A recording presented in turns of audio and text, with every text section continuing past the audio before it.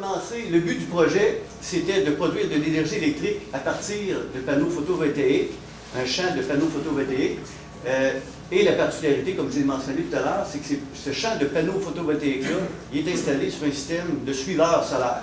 Alors, le suiveur solaire permet à notre plateforme de panneaux de suivre le mouvement du soleil dans l'axe nord-sud et dans l'axe est-ouest. Avantage de tout cela, évidemment, c'est que le soleil, les panneaux solaires sont toujours perpendiculaires au soleil et cela augmente évidemment le rendement de production. Alors, si on compare, par exemple, avec, comme on va le voir sur l'illustration ici, avec une installation fixe, dans une installation de panneaux fixes, eh bien là, le soleil du midi, comme on peut le voir sur la petite illustration, là, et fait face au panneau. Alors là, le rendement de production est maximum. Mais en début et en fin de journée, comme on peut le voir, le soleil est à l'oblique par rapport à la plateforme et cela diminue évidemment le rendement de production.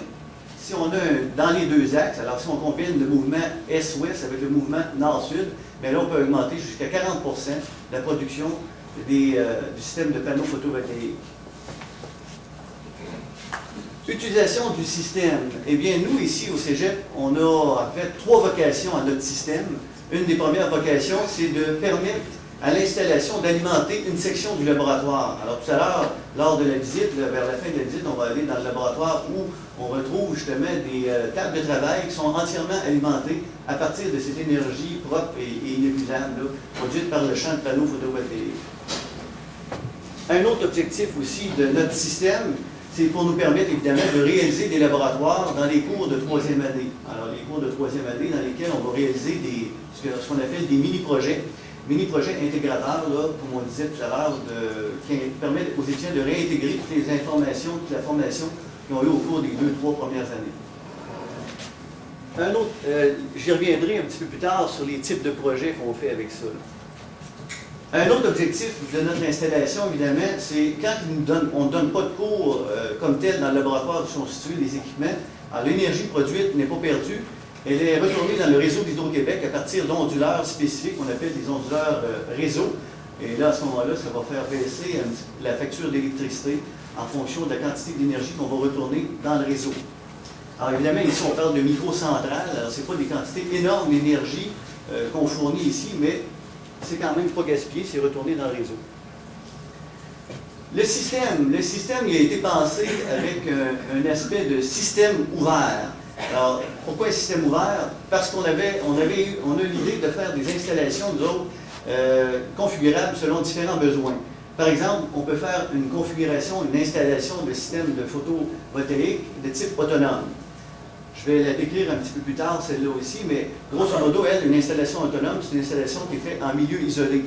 Un endroit où on est loin du réseau d'Hydro-Québec, le réseau d'électricité. Alors, dans un type d'endroit où on rencontre ces installations-là, c'est dans les pourvoiries, par exemple, ou dans des chalets isolés là, du système de distribution de l'électricité. Ce système-là, il y a un maillon faible, évidemment, il nous oblige d'emmagasiner l'énergie électrique dans des banques de batteries. Si on a un réseau d'Hydro-Québec ou de distribution auprès, mais là, à ce moment-là, on peut bénéficier d'onduleurs réseau qui nous permet de retourner l'énergie produite par les panneaux photovoltaïques dans notre panneau d'électricité domiciliaire ou commercial. Et à ce moment-là, si on consomme, par exemple, si le champ de production de panneaux produit plus d'électricité qu'on en a besoin, il y a le surplus qui est renvoyé au réseau d'Hydro-Québec. Et si on en manque, si le champ de production n'est pas suffisant, mais là, à ce moment-là, le champ de production combiné avec Hydro-Québec alimente nos charges. Installation autonome. Alors, je vous ai parlé qu'il y avait 2 types de configurations qu'on pouvait faire avec notre système. Une installation autonome, une installation réseau.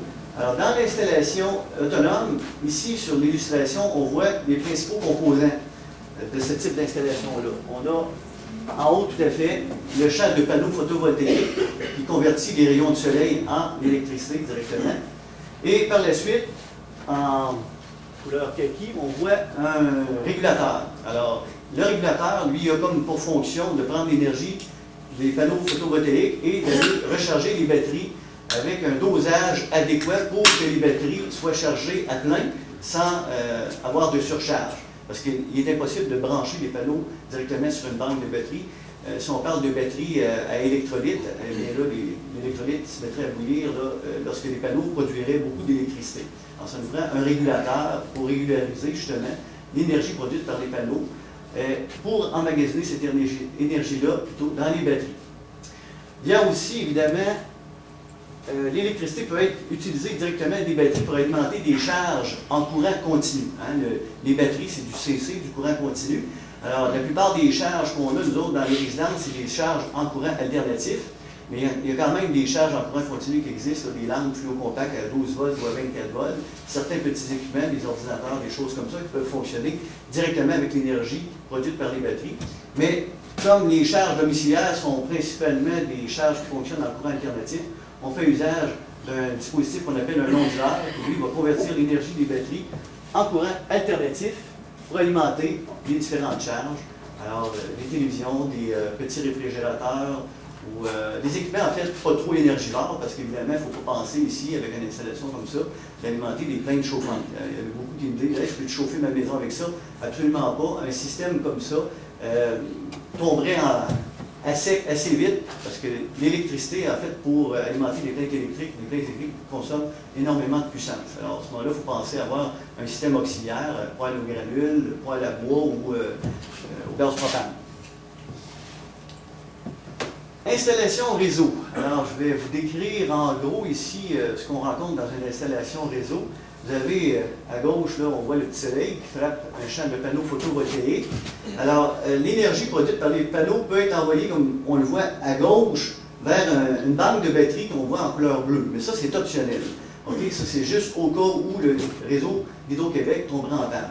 Dans le milieu, la grosse boîte grise avec des petites couleurs rouges dans le côté, ça c'est l'onduleur réseau. Alors l'onduleur réseau, lui, est très spécifique, il est différent de l'onduleur qu'on vient de voir, l'onduleur qui servait à convertir le CC directement en CA pour alimenter les charges dans une installation autonome. Celui-ci, dans l'installation réseau, il doit se synchroniser avec le réseau d'Hydro-Québec. Alors il regarde le signal produit par Hydro-Québec et il doit se synchroniser à même ce signal-là pour repousser l'énergie produite par les panneaux photovoltaïques. Alors évidemment, l'énergie produite par les panneaux photovoltaïques est combinée avec celle d'Hydro-Québec et toi, si à ta résidence ou dans ton commerce, tu consommes de l'énergie, ben, c'est ton panneau photovoltaïque qui t'alimente s'il produit une énergie supérieure à ta demande. Sinon, je le mentionnais tout à l'heure, si tu consommes plus d'énergie que ce que fait ta production, bien là, le réseau d'Hydro-Québec va combiner la production de ton panneau photovoltaïque avec une contribution du réseau d'Hydro-Québec. Les deux se mettent ensemble pour combler tes besoins. Par contre, si on fermerait toutes les lumières de la maison et qu'on ne consommerait absolument aucune énergie et que le système photovoltaïque produirait de l'énergie, bien là, elle serait entièrement retournée dans le réseau. Et elle permettrait de faire tourner, comme on le voit ici, le compteur électrique pourrait tourner à l'envers. Il est possible de faire une installation dans laquelle on voit ça. Le compteur tourne à l'envers, donc on fait décrémenter le nombre de kilowattheures consommés par la résidence, donc on fait baisser la facture d'électricité.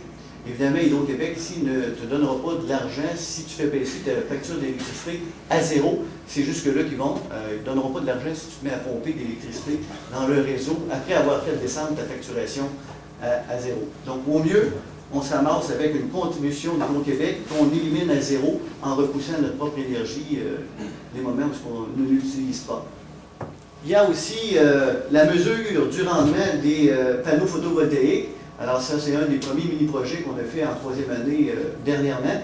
Alors on a un dispositif sur le toit du cégep qu'on appelle un pyranomètre. Un pyranomètre, c'est un appareil qui est capable de mesurer la quantité d'énergie produite par le soleil pour une surface de 1 mètre carré. Et nous autres, ce qu'on fait, on regarde la puissance avec des logiciels, puis des ordinateurs, puis la télémétrie, là, on mesure à distance ces informations-là.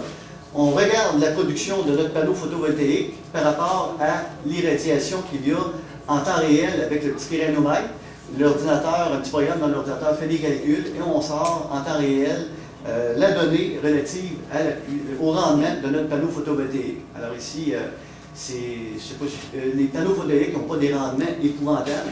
Un rendement de panneau photovoltaïque, ça se situe aux alentours de 12, ça peut aller jusqu'à 16%, dépendant du prix qu'on est prêt à mettre pour le panneau.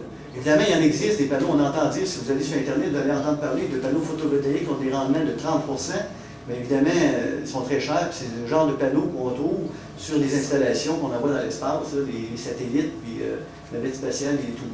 Alors évidemment, on parlait de 40 $ par centimètre carré de panneau solaire. Donc, avant de faire une installation avec ce type de panneau-là, on va avoir besoin d'un bon budget.